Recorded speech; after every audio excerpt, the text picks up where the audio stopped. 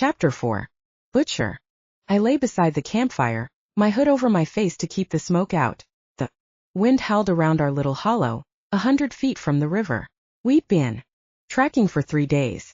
The first day was spent checking buses, trains, and other methods of transportation he might have used. The second day was arguing with Armand and the grizzled old gray werewolf about the process of tracking down the mutt while expanding north and south of the city. The gray wolf had come to town to avenge the werewolf village a butcher had slaughtered, but after recent events he'd been convinced that the butchers, at least official ones instead of the renegade sort, hadn't been responsible. He was as desperate to find answers to our questions as we were. We were following the river north because I'd won the argument that the city was the center of the puzzle, not south like the grizzled wolf thought. I'd been insanely patient with the wolf, who continued to voice his doubts about whether we were going in the completely wrong direction. I was supposed to be resting while Armand guarded and the old wolf searched for a scent. Maybe we were on the wrong side of the river. That would explain why we hadn't run into anything. I'm running out of biscuits. I don't suppose you'll share some of your cookies? I grunted. I'm supposed to be sleeping. I can hear you think. Maybe we should have split up, brought Marlowe to keep company with Graybeard on the other side of the river. He sounded so much like my brother. I pushed the hood up and sat, leaning over my knees to study him. What did the CM give you? He cocked his head and his golden eyes laughed at me. This is werewolf business. The CM gave me nothing. Then what did you mean when Violetta asked you? He waved a hand. She misunderstood me. Intentionally, of course. There is no thing I want. You just want to see justice served and all that? He grinned at me, his toothy smile wolfish. Of course. I'm the pack leader. Some cur comes into my town and starts causing problems between meddling butchers and my pack. Of course I'm going to get to the bottom of it. But the cur is dead. He frowned. But the trail is not. Just then a mournful howl split the air, bringing my neck hairs upright. Armand rolled to his feet and kicked dirt over the flames. I got up slower, shifting my shoulders before I reached for my pack. I'd been very careful to keep it out of Armand's paws. Armand did not get a crumb of Violetta's cookies. We jogged along the river's edge, impassable in some places where we had to wade out into the icy November water until we got to the old gray where he crouched between 2 swells on the bank. I inhaled deeply and could just make out a trace of something, fear, worry, familiar emotion Sebastian had shown me. It was the wolf. Does the trail lead back further? Armand demanded, crouching next to Graybeard. I headed away from the two, bending to inhale deeply at the earth around me. The track went away from the water's edge and I followed it, heading into the thick trees, following the meandering aimless pattern until it was clear that he'd stopped whatever river craft he'd been using to build a fire for the night.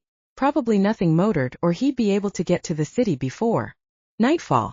I crunched the bones of a rabbit beneath my boot. He'd eaten then. The fire hadn't been for the rabbit. I wrinkled my nose and headed back to the other two when I was certain the trail didn't go further.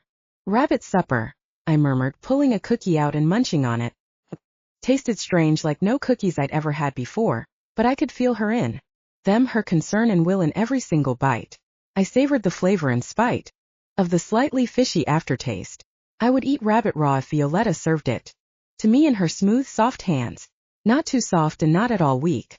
Bakers had stronger hands than butchers when you came right down to it. That's what you got for punching dough all day long. Would she become massive and muscular, like some of the bakers I'd seen? What are you smiling at? Graybeard snarled at me.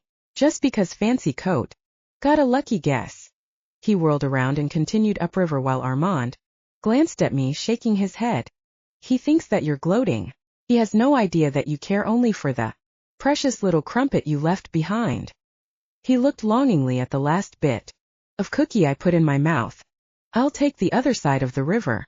We can't be certain he didn't pull off on that side. Armand nodded, then grabbed my arm to hold me back. And if you find something, how will we know? I'll howl. I yanked my arm away from him and headed into the water calmly, wading in as though it didn't make my chest tighten and lungs refuse to function. I stroked calmly through the icy waters. It wasn't as cold as the pond of purity. Thinking of that made me smile. Stripping Violetta before she caught hypothermia. barely noticing her beautiful skin and ridiculously feminine. Things. I shouldn't think about that. It wasn't respectful. Still, I wasn't chilled completely through by the time I made it to the opposite shore. A good 20 minutes of steady swimming. I came out dripping and started jogging, eating a cookie, glad for the waterproof pack that kept each crumb perfectly as Violetta intended it. I caught the scent on the east side of the river. I stood there, my pupils dilating as I caught the hint of prey leading into the undergrowth. I threw my head back and howled, long and drawn out, until I heard a response from the other side. They probably were saying something, but I couldn't understand. Howls. It wasn't something I found particularly relevant. My phone buzzed and I took it out of the kit, surprised because it's not like I just called anyone. Why not? I could call back home. Missions were supposed to be secret, and I checked in every 24 hours with the CM. Anything else was unnecessary and extraneous. I answered the call. Check the trail. I don't want to get wet for no reason. Afraid of a little water? He snorted. And call me if you find the trail, don't howl. You howl like an old biddy in heat. Started turning graybeard on. I snorted and then hung up, shaking my head as I headed into the undergrowth. I followed the trail for 200 feet before I headed back, calling. Armand. 200 feet, straight northeast. Do you want me to build a fire so you can smell the smoke where I'm at? Don't bother. I can smell her cookies from here. You just wanted me to get wet. Yeah, I love the smell of wet dog. I hung up the phone, but instead of putting it away, I hesitated, then called the old phone in the kitchen. It rang 5 times, then Landry picked up. Who is this? Orion. How are things? Oh, good. Talk to her. She's burning everything. Can't stop pacing. Not that she's a mess or anything. She's just been thrown into a world of werewolves and vampires without her teddy bear to hold on to. I'm her teddy bear? I grinned broadly and sat down on a muddy bank, ignoring the cold and wet state of my clothing. I should change, light a fire and dry off, but it didn't seem important. I could hear him even though he muffled the phone as he called. Violetta. Someone's on the phone for you. In a few moments I heard a shaky voice. Hello. Violetta. I sighed and slumped down a little bit from the tension that had been building ever since I left her. Is everything okay? I nodded even though she couldn't see me. Great. We're on the trail. Shouldn't be long now. Oh. She exhaled breathily. I could almost see her pale green eyes while she held onto the phone. Landry said that no news was good news, that you'd only call if there was an emergency. Usually, but I had a little extra time while I'm waiting for Armand to swim across the river. I should be building a fire and drying out my boots, but this seemed more necessary, important, essential, all words I could use but weren't quite right. Fun, I finally decided. She laughed, the rich low sound that made my heart ache. Fun? Okay, I'm glad you called. Are you out of cookies? No, they're delicious. She groaned. They're terrible. Someday I'm going to make you something really, really good. Not just magic good, but actually delicious. Really? I would never object to you feeding me, magic or otherwise. How is your training going? She hesitated for a moment. Good. It's good, just so strange. Landry is so good at everything and I'm not. I'm okay at a few things, but those things aren't what I'm supposed to make. And there's no time, it's always rushing. Rushing, and then trying to connect with other butchers is so frustrating. So slow, so gross. I grinned again. I'm sorry to hear that. No, I'm not really. I can't wait for you to suck the life out of me and make me something incredible. She sighed. I shouldn't complain. I'm not out in the woods in wet boots. Wait, you're in wet clothes? It's freezing out. Do you want to catch a cold or worse? You need to make a fire right now, and Landry's saying he packed some powdered soup that you should make. Yes. I'm hanging up now. Take care of yourself. That's an order. I laughed. An order from my baker I can't refuse. I don't regret it though. Hearing your voice is exactly what I needed. Goodbye, Orion. Keep your feet warm. She hung up with a decisive clang that made me extremely happy for no good reason. She was so determined to keep me safe, even if it was just from cold feet. I built a fire, a large fire that would dry my things quickly. When Armand and Graybeard came stumbling out of the water, they were in wolf form, but even so, their clothes were soaked when they transformed back. I didn't understand anything about how that worked, and I didn't want to, I had more important things to do, like not try to think that Armand was my brother and he had betrayed me for absolutely no good reason. After we dried out, we followed the trail for hours. It seemed to wind around and backtrack here and there. Maybe he'd been hunting or maybe throwing off a trail. I couldn't decide which, but when we smelled the smoke, we didn't have to worry about his tracks anymore. I moved as fast as I could through the woods, dense undergrowth difficult to get through. The smell of smoke became distinctive, the smell of burnt wood, burnt hair, burnt flesh, all above the ever-growing stench of death. These weren't clean deaths either. No.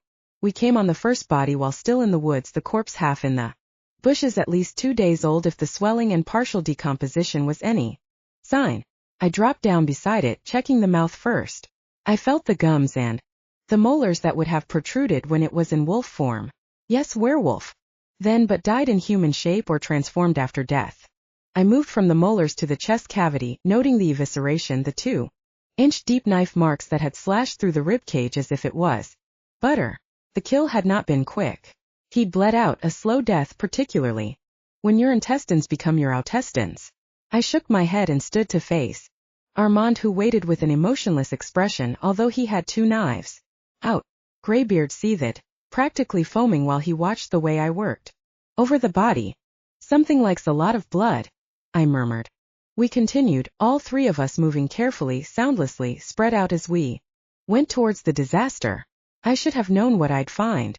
You don't get that kind of scent, the rotting horror of it, if anyone's around who minds the smell. Some vampires lived on rotting carcasses, but they were all crazy. Maybe that's what we were walking into, some mad vampire's hive where he'd be waiting with his army of undead. Wishful thinking. Instead of a fight, we got corpses. So many that not even I could keep my stomach settled. I ate a cookie and handed one to Armand when I saw how green his face was. Graybeard didn't see us eating cookies, which was probably a good thing because he might take it as a sign of indifference instead of nausea.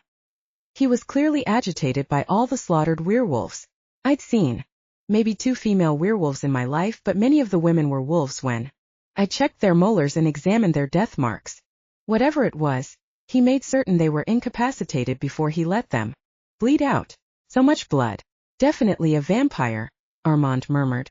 Not with those cuts, Graybeard argued. I looked at him, at his pale face and bloodshot eyes that were getting more and more wild. He was about to go feral. I pulled out a knife and glanced at Armand. Go run, Armand murmured. This is a crime scene. We don't need you mucking up the evidence. Graybeard turned and transformed after only 2 steps, loping off into the woods as fast as he could, leaping over bodies as he went. Every death has the same marks, the same patterns, the same cuts, the same murder. How is it possible for one creature to kill so many?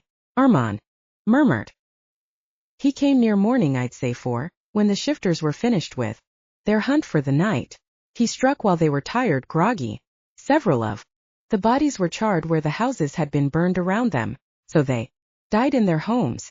I'd say he hunted house to house, no warning until it was too late. Their throats are all cut, not enough to kill them but enough to keep them from crying out. I had to stop talking so I could swallow down bile. Armand touched my shoulder, only for a moment, like he wanted me to know that he was there. He wasn't, though. He'd left me to face this mess on my own, to be responsible for it, because I was the butcher and he was some mangy pack leader along for the ride. My responsibility, my duty, my mess, and I had to clean it up. I'll make the call, I murmured, walking away from him opposite the way Graybeard had gone. I'll let the CM know that this trail has a very dead end. I walked into the trees far enough away that I wasn't overwhelmed with the scent. Then I dropped on my knees. I muttered the same chant over and over, until I could breathe evenly, drawing peace from my faith, my duty, my God. I called the CM and gave him the bare stats. 65 to 70 dead bodies. In what had been a small village tucked into the hills of eastern Iowa, death. 72 hours passed, exact location and no other known trail. He thanked me and hung up, leaving me alone in the woods to try and breathe. And not want to run back home, take Violetta and hide her somewhere far, far away where no monster would ever find her. We weren't dealing with some mindless creature, no blood-raging monster, but something that had planned the infection of Calder's boys at the precise moment we would be most vulnerable. This level of carnage combined with that amount of deliberation was beyond comprehension, and it was my responsibility to solve the riddle and keep my butchers from dying, and werewolf allies like my brother. Armand put his hand on my shoulder, like he'd heard me thinking about him. You look sick. I inhaled shakily. Why would I be sick? I'm not the species targeted. You are. He laughed, and somehow I almost felt a little bit better. Werewolves being slaughtered, it's a strange thing. The way they were killed seemed almost ritualistic. I shoved his arm off my shoulder and turned to glare at him. The wounds were butcher wounds. You know this. He inclined his head and nodded. Yes. I would appreciate if you stopped pretending to be on my side. You must be suspicious of me. You're not capable of this kind of slaughter. Not even the butcher could do something like that. This is not the work of a butcher, whatever he was in a former life. He's not a butcher now. I need to finish documentation and then organize burial paperwork. Rotting corpses, but you still have time for paperwork. He laughed. You can stomach things that I cannot bear. I grabbed him by the throat and squeezed. Paperwork in order is what prevents more slaughter like this. His eyes gleamed. Don't tell me as we came into the village that you weren't looking forward to slaughter. I could smell the excitement on you, the idea of hunting a vampire, anything other than the mindless tracking and endless paperwork. You're a butcher. I know the rush you feel at the kill. I swallowed and stepped away, clenching and unclenching my fingers. You do not know me. No? I know what you're afraid of is paperwork, drowning in responsibility, and no knife to cut through it. I see you struggling against the CM, looking for an escape from the weight, from the crushing weight of endlessly monotonous paperwork. What I fear is coming home and finding. I felt a flash of bone-crushing terror that made it impossible to breathe. Violetta could have been ripped apart by werewolves. She would have been if the monster that had plotted so carefully had taken her into the equation. He would not be so careless again. I glared at Armand. I would spend the rest of eternity locked in a cubicle, filling out forms if it would protect those I love. It won't. I came here searching for answers, and I've found death. More death, more meaningless, pointless death. I'm forced to spend time with the one person in the world who I despise above all else. Don't tell me that you know me. You know nothing of what it is to be a butcher. You know nothing of what it to be a daughtry. You're nothing but an animal. Armand snarled and shifted, leaping on me as he changed. He felt like a 5-ton weight throwing me back against a tree, but this was something I understood. Thought and pain vanished as I punched the side of the wolf's head, keeping his snapping jaws from my throat. I kicked out, flipping him above me, but his claws dug into me, dragging me with him. I pulled out a knife when he sank his teeth into my arm and sliced him across his left flank. He didn't seem to notice, just kept clawing me, gouging my face while his teeth sank deeper into my flesh, into my bone. I roared and stabbed, but I intentionally missed any major organs. I ripped him off my arm, taking a huge chunk out of me, throwing him across the clearing. I charged him, knife raised. I was going to cut him apart, but something swung towards me in my periphery. Another opponent. Was it Greybeard? He struck me, throwing off my knife so it only glanced off Armand's tough hide. I twisted around, grabbing the other gangly creature in a headlock, throwing him against Armand's enormous wolf form. Armand shifted and caught the creature, keeping him from falling and putting his own arm around his throat in a chokehold, although his eyes were bright with anger and I could smell his blood in the air. Not a lot. Good afternoon. I'm Armand, and this is my little brother Orion. We're here looking for the murderer of the village. You're from there. I can smell it on you. Armand put his face against the struggling kid's cheek and inhaled deeply, then nipped him with his teeth. The kid wasn't wolf or man, but stuck somewhere in between. He jerked and tried to get away from Armand, but he didn't have the strength. He made it sound, a long, low grunting woof that seemed all he was capable of. What did he say? I asked. Armand glanced at me witheringly. He said that you stink like a butcher. I scowled back. That's what he chooses to say at this moment? You can't even make up something interesting. Armand grinned and nipped the boy's cheek. He's new to shifting. Emotions take over and things get tricky. Probably if we get him calmed down, he'll be persuaded to shift and we can get sense out of him. You think I speak adolescent whining? Hardly. What's this? Graybeard came lumbering into the newly created clearing, courtesy of my and Armand's little tussle. We found a live one, I said quietly. The wolf boy snarled and lunged at me. Graybeard squatted in front of him and growled low. The boy whined, and since I didn't want to watch werewolves lecture a teenager while I was bleeding, I took off my coat, shrugged off my shirt and looked at the damage. Did you eat a chunk out of me? And all this time you said how revolting I'd taste. I pulled open my pack and shoved 3 cookies in my mouth that I chewed while I got out the compress and gauze for my arm. It would heal quickly, but I'd be going through the last of the cookies to do it.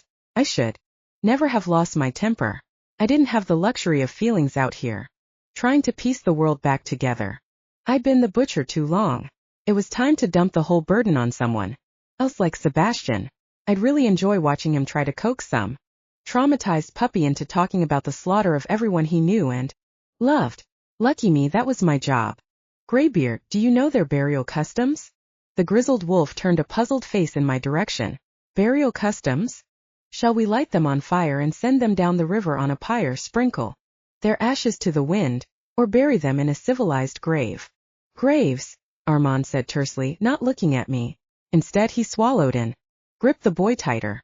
Dig graves. I nodded and went to find a shovel. Somehow Armand and Graybeard coaxed the pup to shift into human long enough to tell the story about the monster who came in the night. The pup had never even tasted human flesh.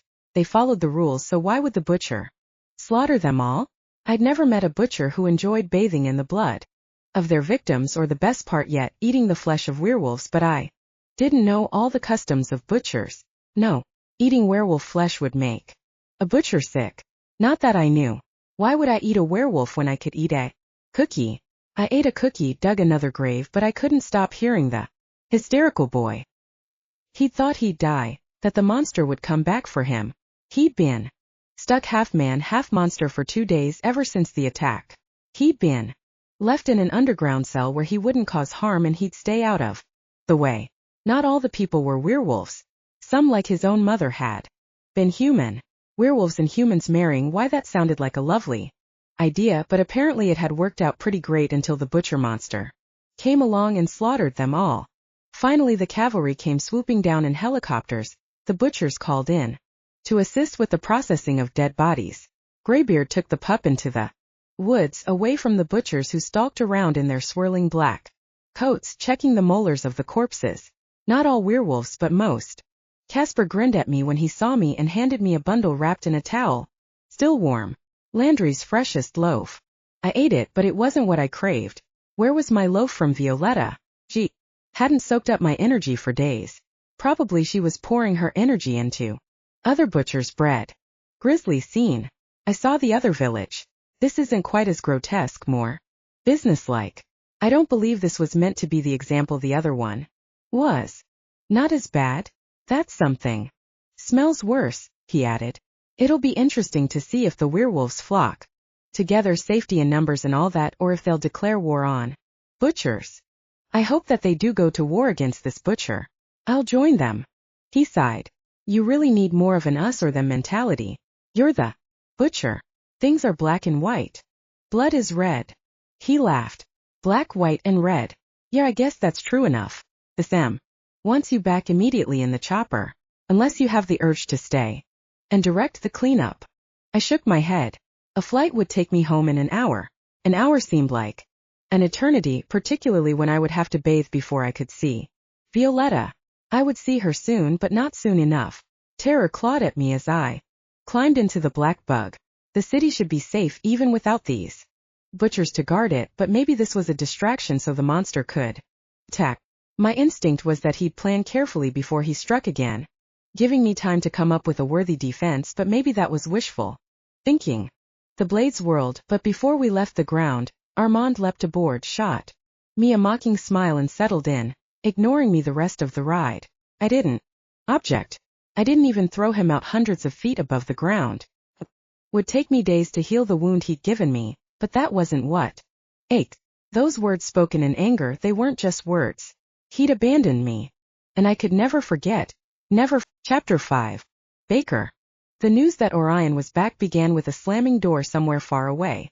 A few minutes later, A flushed-faced boy ran into the kitchen to Landry where he stood over a fish, filleting it with surgical precision. The helicopter's here. The CM went out to meet the butcher and told me to tell you to prepare a feast for him. Landry glanced at me. Did you see how I do this? We don't waste an ounce of flesh, do we? We keep our mind on the blade, focused and controlled, not. He glanced down at my own fish, which had become a mangled mess once the boy had come in. He sighed and took the knife out of my hands. Wash up. Bake. Something light. The butcher will be fed first, then you'll take his energy, then you'll feed him again. Then he'll give you more energy. Afterwards until you're both satisfied. Calm down. He's fine. I nodded and inhaled deeply. Cream puffs. I started on the batter and then, after I'd spooned them into the pan and put them into the oven Mark III, I grabbed the bones from Landry and my fish and threw them in a pot to boil. Don't ask. I simply knew that I needed more bones. Landry pointed me to the freezer and the large container of various bones, and I took out a few more large lamb legs with bits of meat stuck to the bone and started them on to boil. I focused on my baking instead of the minutes that passed without Orion coming to see me. Of course it would take a minute. Naturally, he had to talk to the CM about important things. He was fine not lying dead somewhere ripped apart by a werewolf. I brought you a present. I whirled around to see Armand smiling and holding up a baggie filled with some kind of meat with bits of black fabric stuck to it. I took it in. Suddenly numb fingers. Is this what you meant by bringing him back in one piece? He laughed and shook his head while another low voice came from across the kitchen. Violetta. That's all he said, but I shoved past Armand and ran across the flagstones, up the steps to Orion where he stood looking exhausted, but still alive and still on his feet. I glanced at Landry because I wasn't sure where we were. In the feeding him before I fed me part, but I ached to touch him, to slide my fingers through his hair and make him tell me that he was certifiably all right, and then maybe I'd check him over to be sure. Orion, good. Sit down here and eat. Violetta has your dessert cooking. You'll enjoy that. Landry's voice seemed to come from far away. You're here, I whispered, heart pounding. He smiled and lifted his hand to brush my cheek. He was wearing black clothes, but not his coat, and his hair was damp as if he'd just bathed. I leaned into his palm and for just a moment I couldn't feel any energy, just him, and it was enough. Then the energy came and I pulled away. You heard Landry. You need to eat before I suck the life out of you. Then you eat more. And then he sighed. Not possible. Then he pulled me into his arms, holding me so tight that for a moment I couldn't breathe. Not that I was trying. I wrapped my arms around him and held him back. Too soon he pulled away his chocolate eyes, everything I'd ever craved before. He murmured, the sooner I eat, the sooner. I nodded and pulled him to the table where Landry had prepared a feast for him. Orion hesitated, praying before he ate voraciously. He ate so quickly as if he'd been starving for months. I stood there watching him eat like it was the most miraculous thing in the world until Armand mentioned that something seemed to be overflowing on the stove, and I remembered my bones. Have you eaten? I asked Armand as I walked briskly to the oven and stopped, drooling over Orion. He grinned at me. Is that an offer? What do you have? I rolled my eyes and lowered the flame. Bone broth. Sound good? Armand blinked. Actually, yes. May I? I shrugged and Armand got a bowl and helped himself to my odd concoction. Watched him for a minute before I turned to watch Orion. I couldn't help it. He was watching me, and when his eyes met mine my heart kind of fluttered in my chest. That's part of his arm, Armand said conversationally, slurping up some soup. That got my attention. He grinned at me. That chunk. I don't know if it's any use or if you'd rather let it regrow from scratch. What happened to him? You said he'd be safe. He shrugged. He was safe enough. Just a scratch, really. It's a chunk of arm. That's like 2 inches. Let me see it, Landry said, pulling me away from where I'd been glaring at. Armand took the baggie and sniffed it. Smells fresh. Yeah, let's put up some herbs and wrap it. Be good as new. He headed into the back room and I followed because as much as I would love to have argued with Armand, learning how to take care of my butcher was far more important. I carefully unbuttoned Orion's shirt and pulled it over his injured arm, careful not to brush his skin with my fingertips while he ate, while Landry Crushed herbs in a mortar and pestle. I knew the herbs, conventional garden. Herbs with a few odd things along with a drop of frog venom. Landry said it made the blood flow even through dead flesh. Yeah, it made no sense, but I helped mix it in helichrysum, arnica, and garlic oils. Didn't smell fabulous, but if it worked. I hissed when I saw the wound. Landry had to soak off the bandage because it was stuck on around the edges with dried blood. Does it hurt? I asked Orion. He grinned at me. Landry has the hands of an angel. Landry ripped off the rest of the bandage with a sound that made me flinch. But not Orion. No sense, no feeling, Landry muttered. Here, rub the oil into his wound just like he was a leg of lamb. I wrinkled my nose, but I did that, feeling his raw muscle as I rubbed around. With oil flinching through the whole process, then rubbed all over the bit of flesh Armand had brought, looking at the edges for a moment because there seemed to be something off about it. Not just that it was detached, but that there were teeth marks along the edges. Armand, how did you get this? But when I turned around, Armand was gone, and so was the soup pot and all the bones in it. Orion put his hand on my shoulder, not the injured arm. It was an accident. Those are teeth marks. I glared at him. He smiled back. We found a survivor. He wasn't in the best shape, so naturally there was a struggle until he realized that we weren't the enemy. Landry made a sound that wasn't at all agreeable. Pack it in tight, Violetta. We'll take care of the blood later. He'll be healed up by morning. That was generous of Armand to retrieve the bits. Very generous, Orion murmured, his lips twitching as he glanced at Landry. I shook my head and focused on the task of putting Orion back together. Bandaged him up, wrapping around his strong arm and trying not to notice his bare chest. He had the most beautiful skin, slightly caramel, slightly mocha. Completely addicting and delicious. I needed some of his chocolate. I looked up at him and realized he'd been watching me stare at his chest. I avoided looking anywhere besides the bandage, and finally it was wrapped, secured, and Landry gave me a nod of approval along with a, not too bad, love. With that, he pulled out a chair, pushed me into it, and took Orion's empty plates away from him. This was the part where I got to take Orion's energy. Was supposed to touch him, to slide my fingers over his skin and take his life force, and then bake.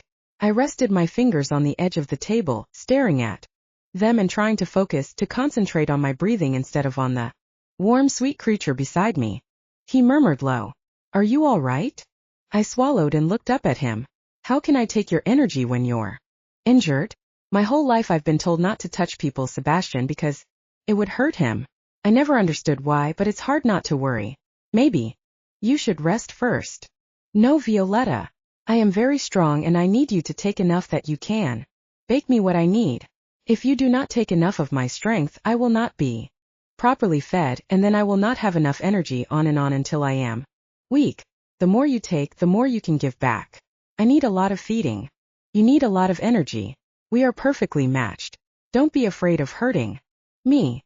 I slid my hand over the table to touch the back of his. He inhaled at that contact but didn't move.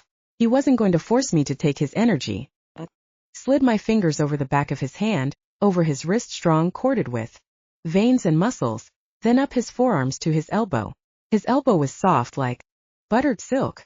My fingers hesitated on the edge of his bandage, then went back down to his hand. I curled my fingers around his palm, squeezing gently. He finally reciprocated, clasping my hand in his. We sat there and I kind of leaned against him, resting my head on his shoulder while my eyes drifted closed and his head tilted towards me to rest on my hair. You smell nice, he murmured. Like flower. Like vanilla and jasmine, but mostly of Violetta.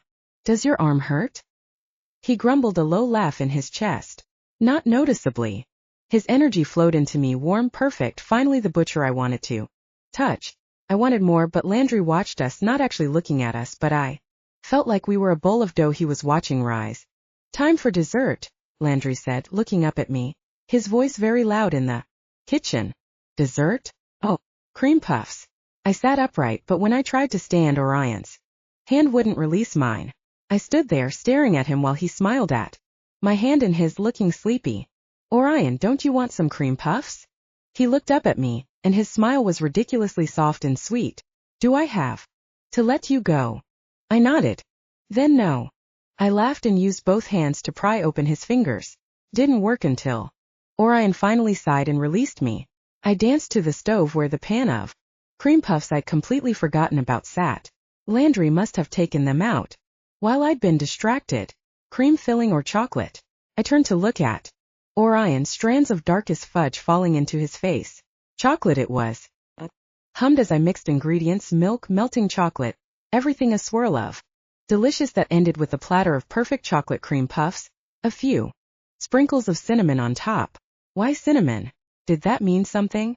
Would he have to go track another werewolf somewhere? Is that what cinnamon meant? I stood there, frozen, until Landry came up to me and stooped down so he could see into my eyes. All right there. I blinked and smiled. Yes, it's just that cinnamon. Cinnamon and chocolate. Different combination than cinnamon and apples and our flamingo powder. Cinnamon enhances senses, yes, but not tracking. What about chocolate? Landry scratched his cheek. Can mean any number of things. Chocolate is a personal favorite, isn't it? I glanced at Orion, swallowed and nodded. Definitely. He patted my shoulder. Don't worry too much about it. Just give the butcher his cream puff. After that, you can take more energy from him. More. I still felt buzzing with his energy. Making cream filling wasn't exactly arduous and time-consuming. He shrugged and murmured in a low voice. I think that the two of you have a lot to talk about. Maybe you could take these cream puffs into the small study, sit in front of the fire, chat about how things are going. Being a baker is more than baking, it's making certain that your butcher is strong in more ways than physically. Butchering is difficult, hard on the soul as well as the mind. Bakers can be considered therapists sometimes. I glanced at Orion before whispering. You think Orion needs therapy? Orion laughed. Cream puff therapy. Landry, I like the way you think. Violetta, shall we? I sat beside him on the leather sofa in front of the blazing fire while Orion savored my cream puffs. He nibbled and tasted the buttery shell, then licked the chocolate slow and swirling until dark chocolate coated the tip of his pink tongue. Had a tongue ever looked quite so delectable? I cleared my throat and focused on the fire. I shouldn't stare at Orion while he ate.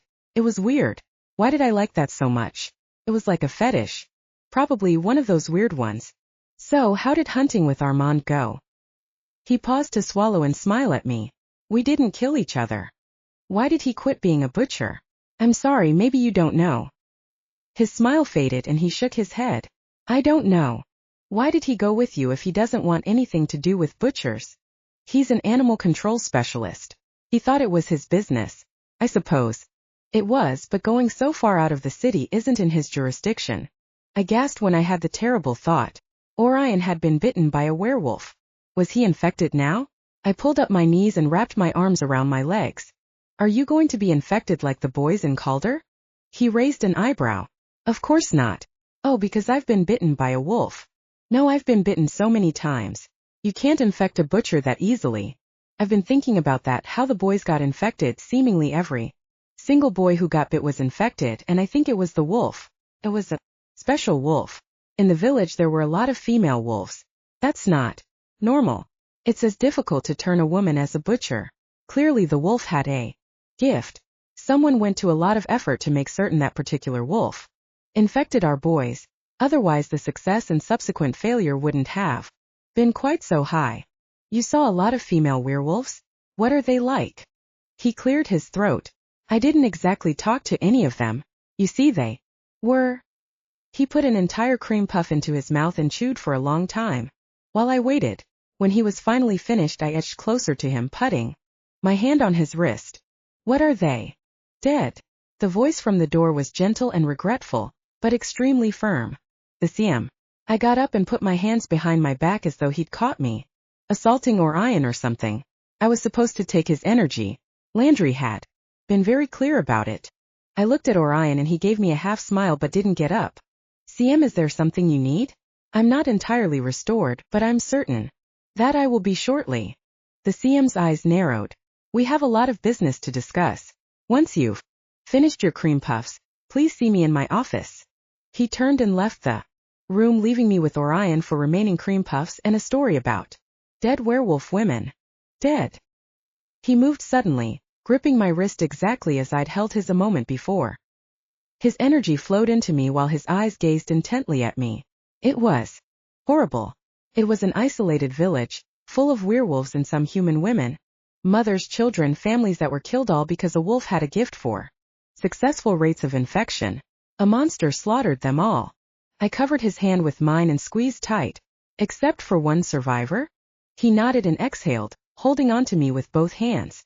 I didn't used to feel not like this. Why should I feel so much angry frustration for the deaths of a few werewolves? And their human girlfriends, I muttered, swallowing. How did it work? Weren't all werewolves monsters? He made it sound like humans actually fell in love with them. How was that even possible? I leaned against him and held his hands tighter. You wanted to find out why. He infected Calder's boys who he was working with, but all you found. The worst thing is that the monster mimicked a butcher. The fighting style. The wounds, all of it. Maybe not the worst thing. Maybe the worst thing was standing there and knowing how helpless I was to do anything about it. You're not helpless. You help that one survivor, right? You fight the monsters every night. That's helping. You will find this monster and you will defeat him, and you will right every wrong and undo every harm. I swallowed while I gazed at him until he looked up, his eyes soft and warm. How can I undo death? He closed his eyes and shook his head. I shouldn't think like this. Thinking too much. He sat up and opened his eyes, smiling at me. I'm sorry. I don't mean to worry you. I'm your baker. I'm supposed to worry. He laughed. Is that right? Oh, you're going to let me lay on your couch and listen to my dreams. He squeezed my hand and then stood up, popping cream puffs into his mouth and swallowing them whole. The CM is right. Do you have enough energy, or do you need more? I wanted to say more. Instead, I shook my head. I seem to always want more. But I have an impulse to make something extremely boring. He laughed and tucked his hands in his pockets. Not possible. Beans. He leaned forward until his forehead was against mine. Very exciting. I wanted so much to soak in his warmth, step into him and press my cheek against his neck, maybe kiss him a little bit. Or a lot. Instead, I stepped away and smoothed down my black skirt. I hummed as I worked, knowing that Orion was here somewhere, that he would eat what I made and touch me, or let me touch him even if it wasn't much. It made everything beautiful. The old Aga stove seemed to whisper to me exactly when the bread was ready, and it came out at the exact moment the beans in rich black sauce was finished. I'd made more than beans, an entire 5-course meal with dessert. Okay, 3 desserts. When everything was ready, Orion came in. I wasn't sure if Landry had called him or if he was hungry, but either way I had him sit down in the chair at the end of the broad oak table, and I set out his dinner. I stood there, watching him eat when Landry pushed my shoulders until I found myself sitting. You cannot live on butchers alone, love. He set places for himself and me as well, sitting across the table and sampling my soup. He made a face then nodded. Not bad. I laughed. Not bad? Is it terrible? I tasted it, but it was nice, creamy, rich mouthful and just a tiny bit tangy. Landry never says well done, it's always not bad. Orion was already finished with his soup and moving on to the salad course. It's exquisite. He's probably just jealous because no butcher has ever enjoyed a soup more. Landry cuffed his head. Orion dodged it without actually looking at Landry. Those reflexes. And you enjoyed those cookies as well? I winced. They'd been terrible. Orion looked up and winked at me. They were extremely delicious, but not quite as edible as my current course. The way he looked at me made me feel self-conscious. It was such a strange thing, this butcher-baker relationship, but only with Orion. I'd taken energy from Mal and Olivia multiple times, but never felt this way with them. Olivia hated it while Mal was indifferent. I should enjoy torturing Olivia, but all I felt was the need to wash my hands after trying to take their energy. With Orion, I wanted to wash my hands in him. Not that that was possible. I shook my head and focused on my plate, not on his delicious chocolate eyes. That reminded me. Orion, will you keep giving me chocolate? He looked up quickly, then glanced at Landry before he gave me a small nod. Of course. Do you feel exhausted? Do you need more of my strength? You've barely taken the edge off it. And then this dinner. Violetta, I'll get you chocolate if you need it, Landry growled, getting up from his dinner, which he'd finished faster than Orion. Oh, thanks, Landry. Orion leaned forward and whispered, I'll bring some tomorrow from my room. I'm not supposed to have any. I traded with another butcher and didn't tell Landry about it. He thinks that he's the only baker who knows how to appreciate good chocolate. Just don't tell him. Landry snorted. Violetta, butchers have extremely keen senses, and before I was a baker I was a butcher. He thinks he's funny, that one does. Everyone knows that chocolate is no laughing matter. Also, don't whisper in the same room as a butcher and think he can't hear you. Also, that dinner wasn't bad. Maybe I should have you take energy from the CM sometime. It'd be interesting. What you made for him? No, Orion and I said at the same time, then exchanged glances. I continued. I'll stick with Olivia and Mal if you don't mind. Landry shrugged. I don't mind. It's you who needs to gain experience with a variety of butchers. You're not afraid of being attracted to the CM, are you? I cringed at the idea of feeling anything towards Orion's dad like I felt towards him. I'd rather not take the chance. Orion gave me a look and I turned away, gathering up plates. A few days later, after sunset but when it was still quite visible, I crouched in the herb garden shivering. I should have put on a coat, but I wasn't going to take very long. I should have known that I'd be touching the silvery leaves of a rosemary plant and rubbing my fingers together, inhaling as if it would tell me all its secret thoughts. This world was beautiful in its way. Terrifying but beautiful, I suppose, exactly like Orion, the perfect butcher. Package. I brought back the pot. I spun around as Armand stepped from the shadows, carrying the enormous silver pot under his arm. That's nice. Go ahead into the kitchen. Landry will be glad to see it. The Greek's waiting by the pond. He hasn't seen you for some time. He brought you pizza. I grinned at Armand and took off at a run, heading through the garden and down the path, up the hill and through the woods to the pond. I'd only gone there once in the time I'd been living there for the past 5 days. 6 now. Gone when I'd been missing Orion so much that I thought I was going to die. Wasn't rational, but it's how I felt. Living like this was so much better.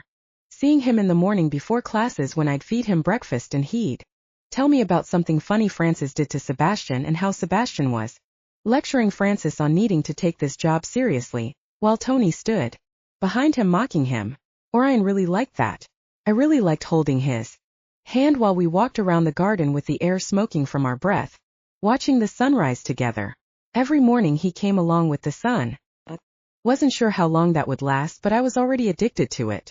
Often he stopped for dinner, and I'd hold his hand for a few minutes afterwards, soaking him into me. Maybe I wasn't very interesting, but I'd always been happy about the small things. I'd always excelled at everything, but that was work ethic and determination, dedication, not happiness. At any rate, happiness was also me running along in the growing darkness to the pond of purity to see my friend. I ran into his enormous arms, hugging him at once while he squeezed me back, lifting me off my feet for a moment. Look at you, all dressed in black with that cute little bow around your neck. You're much too cute to be a baker. I wrinkled my nose at him. Excuse me? Is that a gender slur or something? Do you think that I'm not adequate as a baker just because I'm wearing a skirt? Asked Landry about it because I don't see him wearing a uniform, but he said it was really important that all the butchers know that I'm Landry's intern. Don't know why. I hardly ever see any butchers around Candlestick besides Orion, Mal and Olivia. The Greek raised a dark eyebrow and nodded to where his car was parked. They're protecting you. Good. What have you been doing with this? He ran a hand over my hair and I beamed at him. Doesn't it look good? Landry showed me how to mix an herbal formula that I rinse my hair in and it just does this like magic. He leaned closer and inhaled, then smiled at me. Very nice. I'll have to get the formula from you sometime. Let's go sit in the car and eat. You must be cold out here. I nodded and climbed into the tiny hatchback that didn't look like it would fit one Greek, much less me, and a pile of pizza boxes, but the Greek had skills, or that hatchback was magic. I sat and nibbled on a slice of pizza and smiled at his swarthy face widely. It's really good to see you. He cleared his throat and rubbed my head. You too. I worried they might have abducted you. Abducted me? He nodded soberly. I heard what you did for those boys. Everyone's heard about it. It's all over Border Town. Not all the werewolves are happy with their lot in life. A lot of them would go back if it was an option. Some might get desperate and try something. I suddenly found it difficult to swallow pizza. I cleared my throat. Are you trying to scare me because it's working? The enormous man smiled ruefully. Oh, sorry V. Didn't mean to upset you. It's just that I thought I should check it out, see if you're doing okay here. And if you are, maybe suggest that you stay out of Border Town for a while. Border Town as in your shop? You don't want me to come into your shop anymore. He put a hand on my knee. No, of course not. It's just that Border Town is where my shop happens to be, and you shouldn't go there. I'll come here to see you. That's what Armand's been doing, hanging around with the butchers like they were his new glee club or whatever. He glanced through the trees where you could see flickers of light from the house. House was the wrong word. The manor. The Greek clearly wasn't comfortable being anywhere near butchers. Why don't you like butchers, Greek? His enormous eyes widened. It's not that I dislike butchers, it's just good to have a healthy respect for any of the predators that roam the night. Butchers are like the top of the food chain, so it's good to watch your step. Top of the food chain? Seriously? You make them sound like animals. He laughed and took 2 pieces of anchovy pizza, cramming them into his enormous mouth at the same time. I had a different kind of fascination watching the Greek eat than I did for Orion. We're all animals, Vi. Take you for instance. A baker's about the only thing that a butcher really watches his step around, and there you are as pretty as a picture wrapped up in a big bow. I'll have to get you one of those squeezy balls they use to build forearms. You need more meat on you. Meat on me? So something can eat me. So you look a little less like a girl. But I am a girl. He sighed and scratched his head, then finished off the rest of the pizza in the box in one gulp. He only took a second to chew, but the chewing seemed like an afterthought. Violetta, do you know how to say no to a butcher? I blinked at him. No what? No, you don't want his filthy hands on you, that's what, he said matter-of-factly. I swallowed. This wasn't the kind of conversation I really wanted to have with anyone, much less my hairdresser friend. I guess so. It hasn't come up. No. One touches me unless they're supposed to, and even then. So you don't know how. He frowned as though thinking. Do you think knifing a butcher would encourage him? I blinked at him. I don't think so. Maybe biting him would work better. Definitely some basic defense shots with your rolling pin, groin, throat, armpit, that sort of thing. I laughed. Butchers protect me. They protect everyone. I'll save my groin. Chop for the werewolves. I mean, that does work on werewolves, doesn't it? He shrugged. I don't know. I don't spend a lot of time with werewolves. Armand. I glanced out into the darkness where Armand was standing, staring into the pond of purity. Maybe he was too close and would tumble in and almost die of hypothermia. Why does he spend time with them? He's kind of the unofficial link between butchers and the wolves. He likes werewolves better than butchers, I think. I personally think it's a toss-up. Your man is so delicious. I'm tempted to take a bite out of him myself. I stared at him and he blinked like he wasn't sure what he was saying, then put another 5 pieces of pizza in his mouth. That's not very funny. Someone did bite him. I had to put him back together, and that was revolting. I almost threw up all over him. I'm not very good at the gory stuff, the chopping and skinning. I haven't even killed anything yet, like a chicken. He nodded thoughtfully. Oh Vi, you have so much ahead of you. I wonder how you'll take it. Take what? The first butcher who turns on you, of course. Why would a butcher? Armand rapped on the window. Orion will be looking for you. Greek, if you don't want him to find you here, you'd better take off. I turned to the Greek, who smiled sheepishly. Greek, why are you avoiding Orion? Top of the food chain, he murmured, reaching past me to open my door. Remember, stay out of Border Town, and if you want me, call me and I'll come see you. Armand, give her my number. I stumbled out of his car and waved before closing the door. He didn't wait for it to be entirely shut before he drove out of there like his taillights were on fire. I turned to Armand, who stood in the dark, studying me. Why did you take the soup pot? Did you wash it? He smiled slightly and leaned close to whisper. I used it to change my oil. Wiped it out real good afterwards. Landry won't mind. I pushed him back, but he didn't budge. What kind of car would that pot fit under? You're just being annoying. Why am I not surprised? He grinned widely, teeth glittering in the dim light. We're BFFs, you and me. You know me deep in my anguished soul. How's the baking going? You manage to suck the life out of any other butchers besides Orion. I frowned and crossed my arms. None of your business. If you're ever tired of baking for Orion, you can come and bake for my lot. Your lot. He nodded towards the Greek's dimming headlights. The Greek and I. He's been worried about you. It's touching to see his concern, also disturbing. He shouldn't get close to a pretty little crumpet like yourself. Did you know that I made my first crumpets this week? Turns out that they're really boring. Just like talking to you. Good night, Armand. I turned to stalk back to Candlewick Manor, but he fell in beside me. What are you doing, Armand? Thinking incredibly inappropriate thoughts. Would you like to hear them? Do you know a lot of werewolves? He hesitated before he gave me a slight nod. I know a few. Would you like to meet them? I shivered. No thanks. I've met enough werewolves in my entire life, thanks. You mean the cubs from the school? Those hardly count. I glared at him. Their teeth were real. Very real and so close that I could count them. Repeatedly. Why aren't you afraid of them? Why aren't I afraid of them? Good question. I should be, but maybe being a butcher turned off the fear and it hasn't come back yet. It's good that you're more sensible than I am. Yes, you should remain safely in the butcher's arms. So he can protect you from every frightening thing, at least the frightening things that aren't him. I scowled at him. Thanks. The Greek already gave me an extremely embarrassing lecture about how to take out a butcher. He raised an eyebrow. Really? Interesting. I didn't know that the Greek knew anything actually useful. I rolled my eyes but almost laughed. He's a fount of wisdom. I was actually thinking that I'd go see him this weekend. Do you think that border town is dangerous for me? He studied me soberly.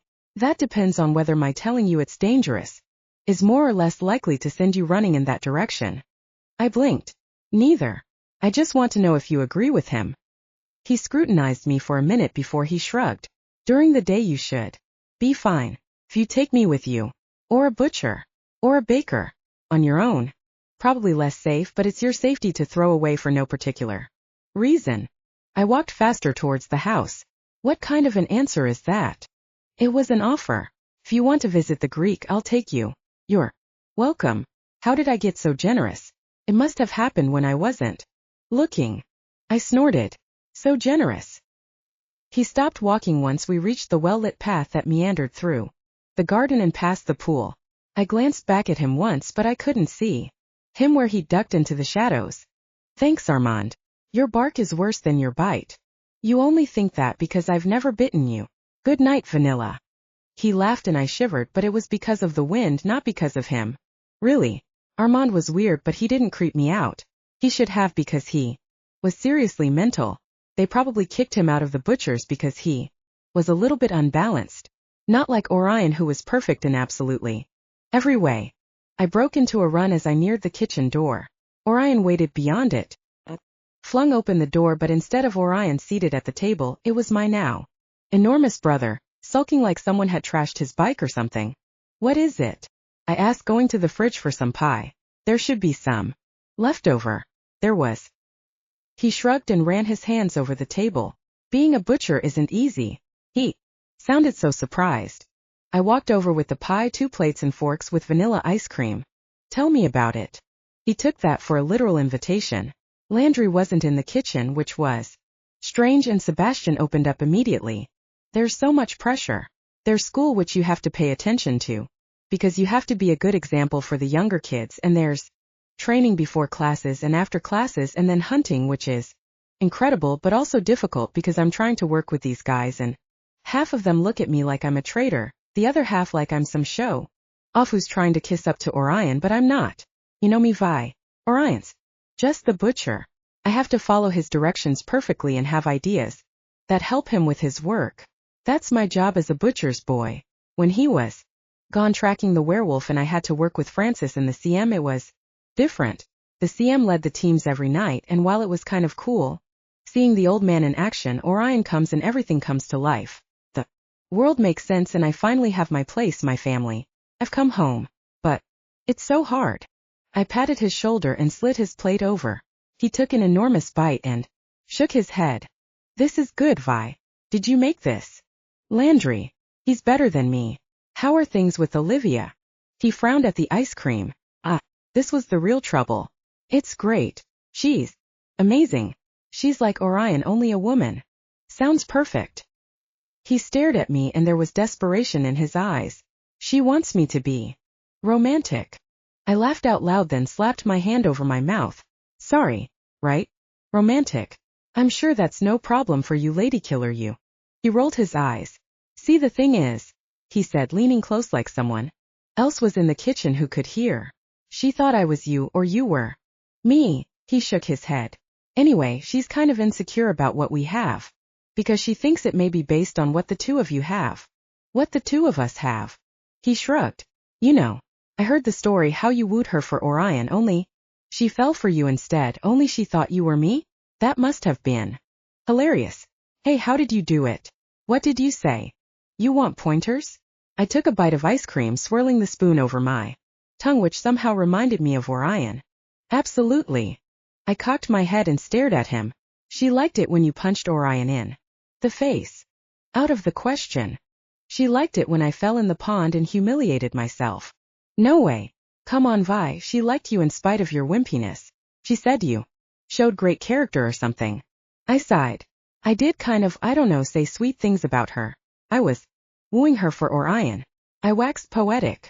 He leaned forward eagerly. Okay. Like. I scratched my nose, frowning. Was I really going to do this? I guess I told her how she was a beautiful woman beneath the angry, aggressive, terrifying person, and how her soul was delicate and glorious like an evening star, perched on a bed of clouds, or that kind of thing. He stared at me blankly.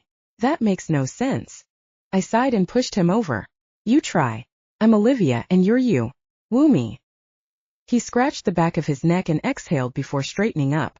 He looked at me the same way he looked at Mom before he lied about running over her herbs with his bike. Not a good start. Olivia, you're so hot, and even though you slice through a zombie without flinching, your hair always looks real good. I snickered. I couldn't help it. Wow, that's bad. Think metaphor.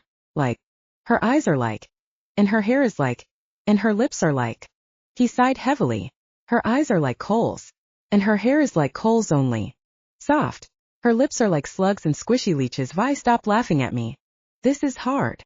I laughed harder until my face was almost in the ice cream. He punched my shoulder, enough to spin me to the side and stop my laughing. His eyes widened and he held up his hands. Accident. I don't know my strength.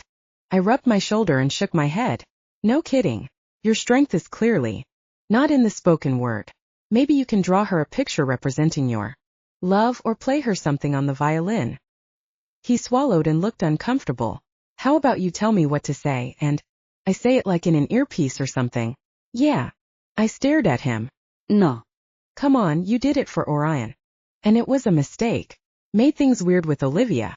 But it's so hard. I'm trying all the time just to be a butcher, and then she's so amazing, I'd be an idiot not to try and keep up with her. But I'm thinking, Vi, she doesn't want to just make out anymore. She wants me to take her out and make her feel romantic. His phone buzzed at that moment. He took it out and put it on the table. He stared at it for a long time before he answered. Olivia, how are things? His voice changed when he talked to her, became deep and distant, like he was a cool guy instead of my idiot brother. I rolled my eyes and took a big bite of pie. Yeah, I was just thinking about you. I think about you sometimes. Your eyes? Like glimmering obsidian, I said with my mouth full. Glimmering obsidian. Your lips like rose petals kissed by sweet dew. Rose petals kissed with dew. Your hair. Like the fall of silk on a starless night. Like silk at night. The fall of silk on a starless night. Get it right if you're going to be plagiarizing. I smacked his chest and he glared at me. A movie? I'd love that. What's my favorite romantic movie? He stared at me with desperation in his eyes. I sighed. What would Olivia like? The Last of the Mohicans. It'll make you look tough yet tender. Also, she'll be bawling in your lap at the end of it. I got up and took our plates to the sink, finishing off his ice cream. For a butcher, he didn't eat very fast. His loss. I hummed while I washed our dishes, listening to his side of the conversation. With amusement. Olivia's craving for romance was sated for one more day. The door crashed open and a butcher's boy came in. Sebastian, the butcher, wants you. Sebastian sprang to his feet. Olivia, I've got to go, he said, hung up. Before she had a chance to respond, dropped his phone and charged after the boy like he'd been waiting his whole life for this moment. He had probably stared after him, a little bit bemused. He wanted this life so much. He'd struggled for so many years trying to be a butcher, so sick but hanging on, because he knew what he wanted. He craved Orion's orders now that he could fill them. I envied him a little, how he knew the life he wanted to live and went for it with both feet flailing beautifully. Not that I wasn't trying. I always did my best. It's just that this life, while fantastic, didn't seem like something anyone could maintain over a long period of time. I picked up Sebastian's phone and checked it, looking down at his contacts: Orion, Olivia, Toby, Francis, CM, Lance. I stared at that name. Olivia's brother? I checked messages from him and found a total of 1 sent. From Sebastian, an old message from a year ago ranting about the injustice of the butcher system. That was right before Lance died. How had he died? I'd never gotten the story straight. I went back to contacts, clicked on Olivia, and sent her a text. I'll be thinking about you every moment until I see your sweet face again. I saw Mom's and Dad's names with their pictures. I smiled and checked those messages, then frowned when I read the ones from Mom. Warnings over and over again not to get involved with that world, and Sebastian's response one of agreement but not actual agreement, more denial agreement. I knew Sebastian's denial agreement. When he was sick but snuck out of the house anyway. He didn't ever come right out and tell our parents no, he'd say yes and then do it anyway. So my mom probably had known about that whole thing with the renegades. What had happened to her phone? I called her before I could think about it. Maybe I just wanted to hear her voice in voicemail, maybe I just wanted to pretend for 5 seconds that she was alive and would answer me. The voice on the other end startled me. Hello. It was a growl, irritated and angry. Hello? Who is this? You have my mom's phone. Yeah, who is this? He said it like it was a threat, a somewhat suggestive threat. Look, this doesn't belong to you. I can track the GPS, so you might as well tell me where you are. He laughed. Oh, I'll tell you where I am, alright? You want this phone, come and get it. Here's the address. 1240 Folsom Road. I'll be anticipating you. I swallowed and hung up, because if there was anything worse than remembering my mom was dead, it was knowing that someone else had her phone. I checked the address, and it was probably in a dangerous place in border town. I called Orion and he answered. Who could this be? I'm watching the owner of this phone eat a plate of brownies like an animal. I sighed. He just had pie. I have a question. Of course. I'm going to take a cab to border town in a few minutes. Do you want to come with me? He was silent for a second. Border town? I'd love to come. Do you need to take a cab or can I drive you? I exhaled. He wasn't going to try and keep me here. I'd like that. You have a very sexy car. I shouldn't have said that. He'd think I was flirting with him. I do. He laughed. I'll have to drive you around more often. When do you want to go? Is 20 minutes okay? Yes. 20 minutes at the front door. See you then. I ran upstairs, all 27 of them, to my room in the tower where I'd spent very little time. I got dressed and put on lipstick and mascara. My jeans were a little snug. Had I put on weight? Maybe I was finally getting some of those curves my mother had promised me. The timing was perfect since I didn't have to dress as my brother these days. Back down the stairs and through the halls of the manor. When I saw Orion waiting for me, I skipped a little before I forced myself to slow down. Just because he was waiting there, like a smiling piece of cream pie, didn't mean that I had to act like a fool about him. So what are we doing in border town? He asked, opening the door for me. His car was parked right in front, which Landry said only Orion did, and only because he wanted to remind the CM that he had a son instead of a machine.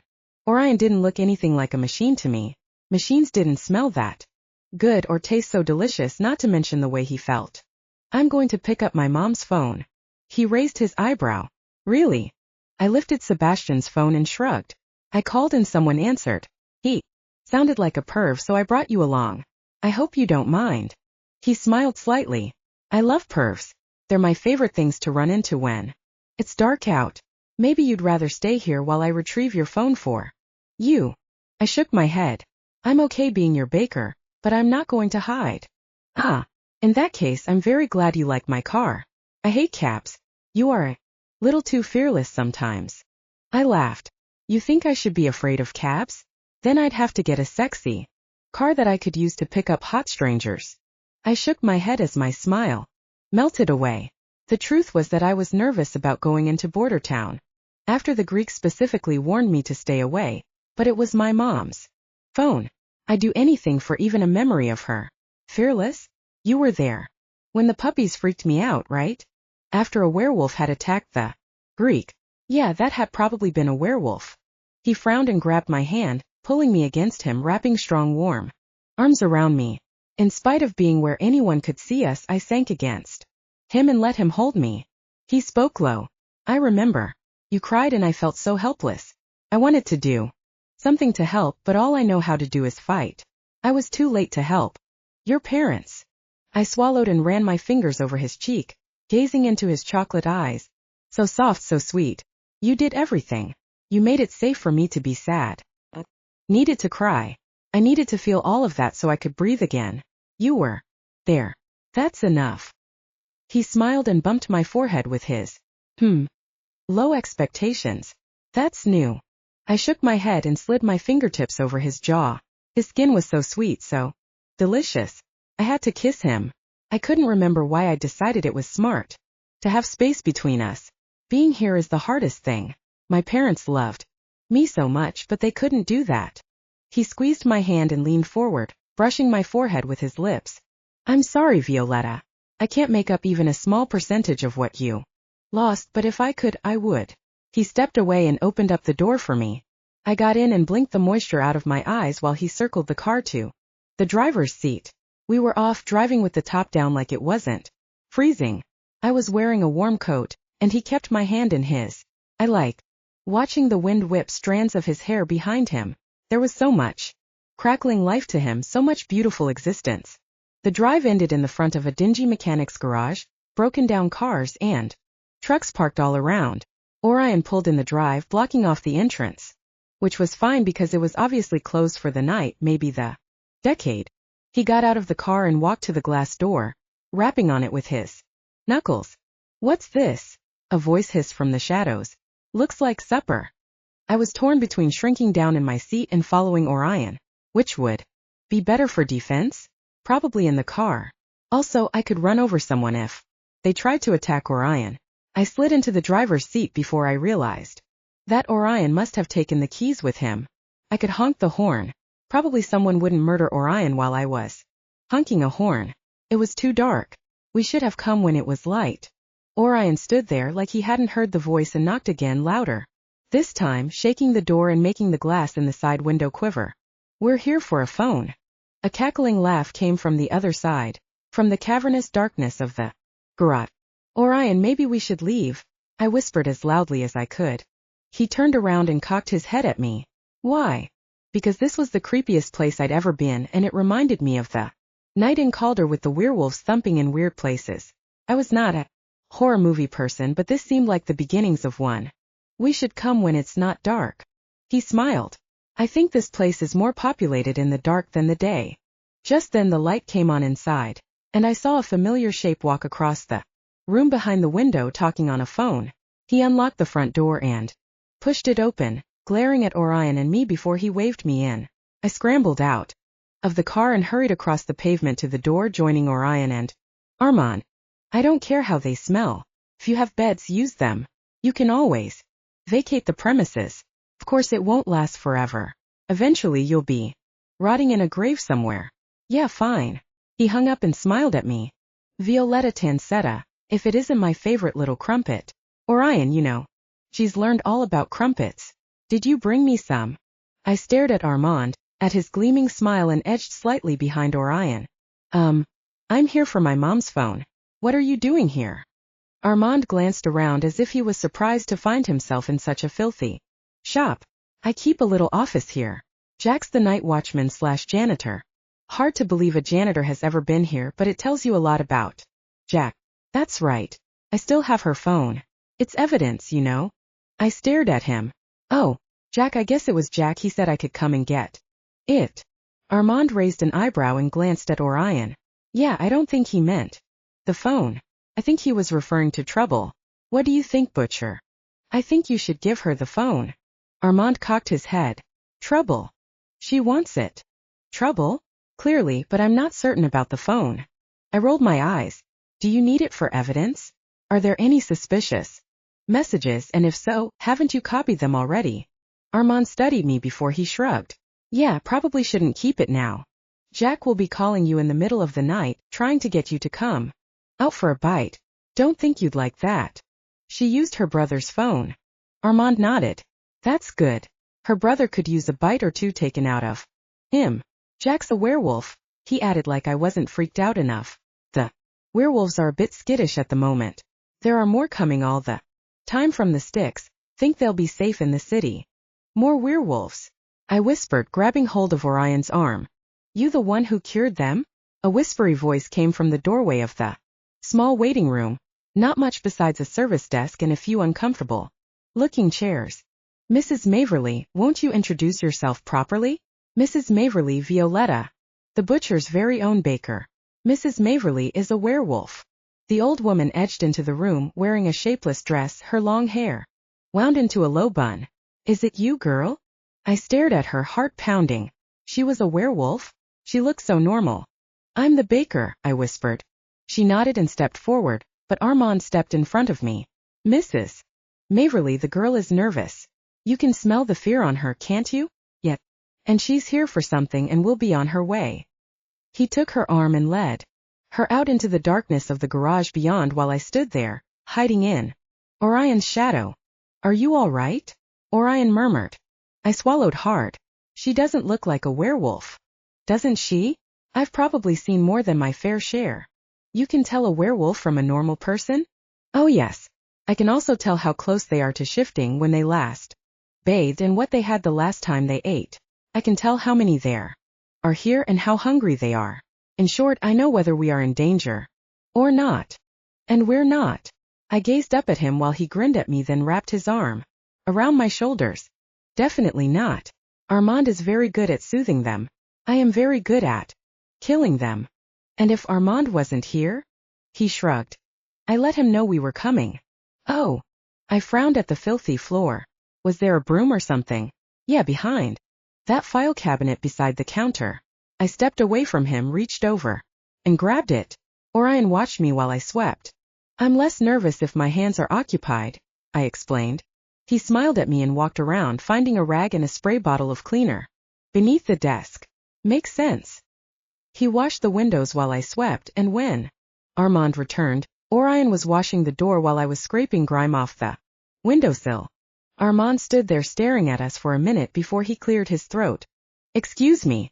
I hope I'm not interrupting something, a rare butcher baker courting ritual never before witnessed. I put down the rag and walked over to him. I felt a little bit better, more in control. Do you have it? He handed it over, dropping it lightly into my palm without touching me. He rarely touched me. Orion, could I speak to you privately for a moment? Violetta, would you like to wait here or in the car, or would you rather I came back after I squeezed the phone. I wanted to look at it now. I'll wait in the car. Is there any way to put the roof up? A flimsy car roof won't keep out a werewolf, Armand said with a gleaming smile. But it will keep out the cold. I glared back at him. He was trying to scare me. There was absolutely no need because I was already terrified. I'll take care of it, Orion said, heading out. I followed closely. Once the roof was up, Orion pulled me close and held me just for a moment. It won't be long, he whispered. I'll be right there watching you the whole time. If I didn't think you were safe, we wouldn't have come. I nodded against his chest, then pushed him away. Infine. Give me your keys. He gave them to me with a smile that made me a little bit warmer. After turning on his car, locking the doors, and turning up the heater, I went through my mom's phone. For a long time I just stared at the photo of our family, all of us crowded together in front of an enormous statue of an elephant. We'd gone to the zoo that day even though Sebastian was sick. He'd insisted that he needed to see a walrus. He'd been so sick, thin, hollow-cheeked and eyed, wearing a bandana instead of the ridiculous curly wig I'd learned to hate so much. How had he changed from that to muscle-bound butcher? He said it was my baking, but I hadn't been allowed to take energy from him. At least not much, not enough to really give him what he needed. I read my mom's messages to anyone weird, but mostly it was me, BAS, and my dad. I read through her messages to my dad and started to get choked up. Could practically hear her voice. Pick up some mushrooms on your way home. Make sure they're not slimy. And his, 10 years ago, still living it down. Or her. I need to meet with V's teacher. You get to make dinner. And his, you really know how to make the kids miss you. Or her, I love you. Don't be home too late. And his, I would sooner be devoured by a million lions. Love you, my beautiful bee. It was for botanist, at least that was the joke. My dad would call her his beautiful bee, and she'd give him a mock glare. Bee for what?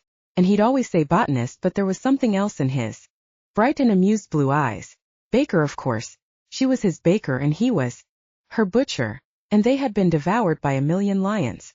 I closed my eyes and held the phone against my cheek. Didn't smell like her. I sniffed the phone and it smelled musky, dusty, and a little bit like dog. Chloe had a dog and her house always smelled a little bit like that. Orion pulled on the door handle and I unlocked it for him. He got in and smiled at me. Sorry about that.